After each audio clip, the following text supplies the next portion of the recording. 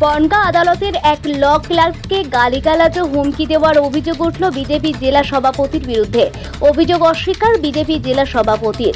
উত্তর চব্বিশ পরগনার বনগাঁ সাংগঠনিক জেলা বিজেপি সভাপতি বিকাশ ঘোষের বিরুদ্ধে বনগাঁ আদালতের ল ক্লার্ক গণেশ বিশ্বাসকে হুমকি দেওয়ার অভিযোগ উঠল। পুলিশের দ্বারস্থ হয়েছেন ওই ল ক্লার্ক গণেশ বিশ্বাসের অভিযোগ, গতকাল সন্ধ্যায় আদালত চত্বরে তিনি তার দোকান বন্ধ করেছিলেন। রাস্তার ধারে তার বাইকটি দেখে সেই সময় সাদা রঙের একটি 4 চাকা গাড়ি এসে তার বাইকটিকে ধাক্কা মারে। তিনি ওই গাড়িটিকে দাঁড় করালে গাড়ির মধ্যে থেকে এক ব্যক্তি বেরিয়ে আসলে তিনি তার কাছে গাড়িতে ধাক্কা মারার কারণ জানতে চান। অভিযোগ, তখন তাকে গালিগালাজ করা হয় এবং দেখে নেওয়ার হুমকি দেয় ওই ব্যক্তি। ঘটনার সময় তিনি ওই ব্যক্তিকে চিনতেন না। পরবর্তীতে লোকমুখ থেকে জানতে পারেন ওই ব্যক্তি বনগাঁ সাংগঠনিক জেলা বিজেপি সভাপতি বিকাশ ঘোষ। এরপরে তিনি ভীত সন্ত্রস্ত হয়ে পড়েন এবং বনগাঁ থানায় লিখিত অভিযোগ দায়ের করেন। আজকে সন্ধ্যা ঠিক 7টা 10-15 এই টাইমে হবে। আমি আমার কোর্ট চত্বরটা দোকান আছে, জেরক্স এবং কম্পিউটার চলে। আমি সব কাজকর্ম শেষ করে যখন দোকান বন্ধ করতে আসি, তখন আমার নিজের মোটরসাইকেলটা দোকানের সামনে দাঁড় করিয়ে দোকানটা যখন গুছিয়ে গেছে, যখন বেরোতে যাব ঠিক আগের মুহূর্তেই একটা গাড়ি, 4 চাকা গাড়ি এসে ঢোকে, ওই রাস্তা দিয়ে আসে এবং আমার বাইকে বেশ জোরালোভাবে ধাক্কা মেরে ফেলে দেয়। আমি তখন যখন ফেলে দিয়ে বেরিয়ে যাচ্ছেন, তখন আমি গাড়িটাকে দাঁড় করাই জিজ্ঞেস করি, এটা কি হলো? এই যে আপনি মেরে দিয়ে বেরিয়ে যাচ্ছেন, এটা কী হলো? তখন ওই গাড়ির ভেতর থেকে একজন ভদ্রলোক বেরিয়ে আসেন এবং আমার সঙ্গে এসে জিজ্ঞেস করেন, এই কি আপনি একটু ভদ্রভাবে কথা বলুন, এবং বেশ সরাসরি কথাটা বলেন। আমি তখন ওনাকে বলে, এর থেকে কী ভদ্রভাবে বলবো? আপনি যে গাড়িটা মেরে দিয়ে বেরিয়ে যাচ্ছেন, এর থেকে কী খারাপ সুরে কথাবার্তা বললাম? আপনার কী অভদ্রভাবে কথাবার্তা বললাম? এটা আপনার ঠিক নয়। এই অন্তত আপনি একটু ঠিকঠাকভাবে চলাফেরা করুন এবং আপনিও লোকের সঙ্গে ভদ্র ব্যবহারটা করুন। বলাতে উনি আরও চড়াও সরিয়ে বলেন যে, আমি তোমাকে দেখে নেবো, বুঝে নেবো তুমি কত বড় কী হয়েছো, তুমি কত বড় কী হয়েছো আমি ঠিক বুঝে নেবো। পরবর্তী সময়ে আমি ওই ভদ্রলোককে বলি যে, আপনি একটু শান্ত হয়ে কথা বলুন এবং একটু বোঝার চেষ্টা করুন, আমার যে বাইকটা ক্ষতি হলো সেই ক্ষতিপূরণটা কে দেবে। যাই হোক, সে ক্ষতিপূরণের বিষয়টা না ঠিক নয়। আমি ওনাকে বলার পরে উনি যেভাবে আমাকে তেড়ে এসেছিল, আমার মনে হয় না পরবর্তী সময়ে উনি আরও কিছু করতে পারেন। যাই হোক, ওই ভদ্রলোক পরবর্তী সময় শুনলাম যে ওই ভদ্রলোক বিজেপির জেলা সভাপতি বিকাশ ঘোষ ওনার নাম, এটা আমি জানতে পারি। আমি যাই বর্তমানে খুব ভীত সন্ত্রস্ত অবস্থায় আছি। এর একটা লিডার যদি আমাকে কোনো অ্যাকশান নেয়, যার জন্য আমি থানার দ্বারস্থ হয়েছি, থানাকে জানিয়েছি, বিষয়টা থানাকে দেখার জন্য অনুরোধ করেছি। যাই হোক, এর কিছু একটা হেস্তনেস্ত হওয়া দরকার আছে। এই জাতীয় লিডার আমার সঙ্গে যেটা করেছে, আগামী দিন যে আরও কারোর সাথে খারাপ ব্যবহার করবে না, এটা আমি কী করে বুঝবো? হয়তো এর থেকে আরও খারাপ ব্যবহার করতে পারে, যার জন্য ওনার অন্তত একটা আইনি ব্যবস্থা নেওয়া হোক, যাতে উনি একটু সভ্যসভ্যভাবে চলাফেরা করতে পারে। আপনার নাম? আমার নাম গণেশ বিশ্বাস, ল ক্লার্ক, বনগাঁ কোর্ট।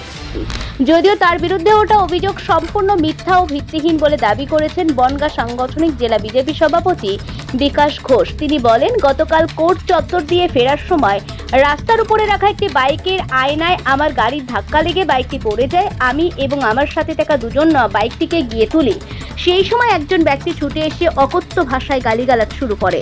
তার মুখ থেকে মদের গন্ধ আসায় আমি সেখান থেকে মাথা নিচু করে চলে আসি।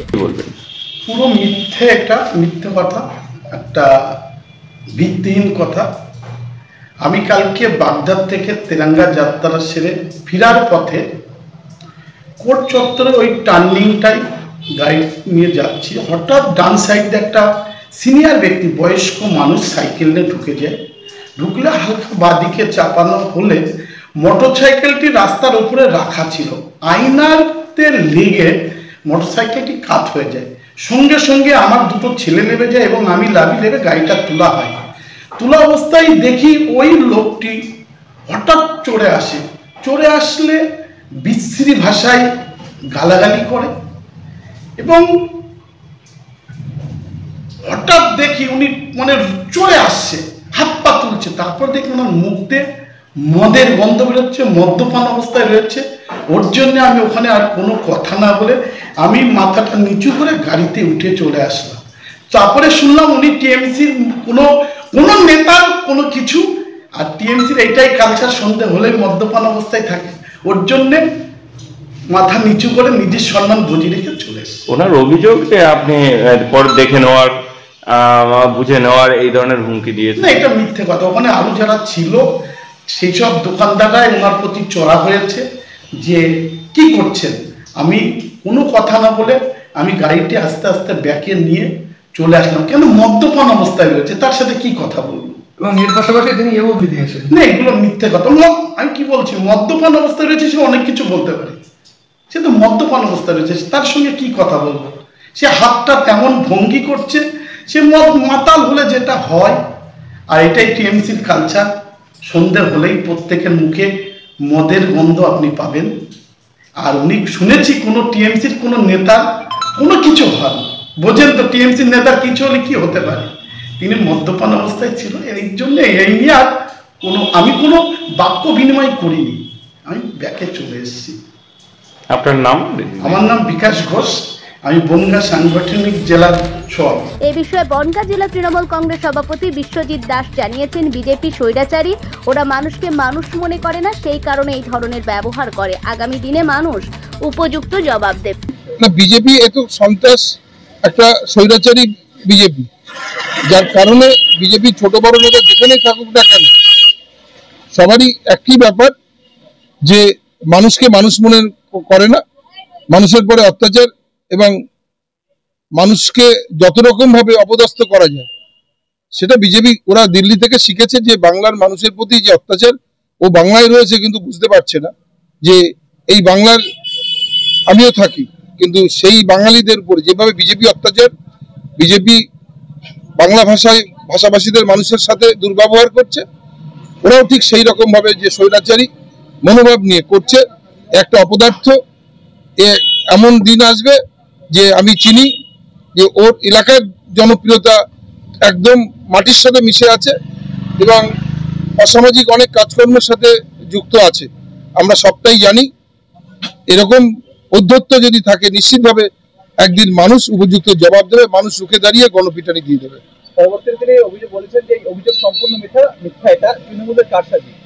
নিশ্চিত সেখানে বনগাঁ শহরের পরে ঘটনা ঘটেছে, সিসি ক্যামেরাটা আছে, অফ হয়ে যায়নি, নিশ্চিতভাবে তদন্ত করে আমি পুলিশকে বলছি যে উপযুক্ত ব্যবস্থা নেওয়ার জন্য, তদন্ত করে যেখানে যে ঘটনায় ঘটেছে সেই ঘটনা তদন্ত করে ওর বিচার করবার জন্য বলছি। এই অধ্যত্ত এদের একদম উপর থেকে নিচ পর্যন্ত প্রত্যেকের কাছে, এরা মানুষকে মানুষ মনে করে না, সবাইকে মনে করে আমাদের বাড়ির চাকর বাকর।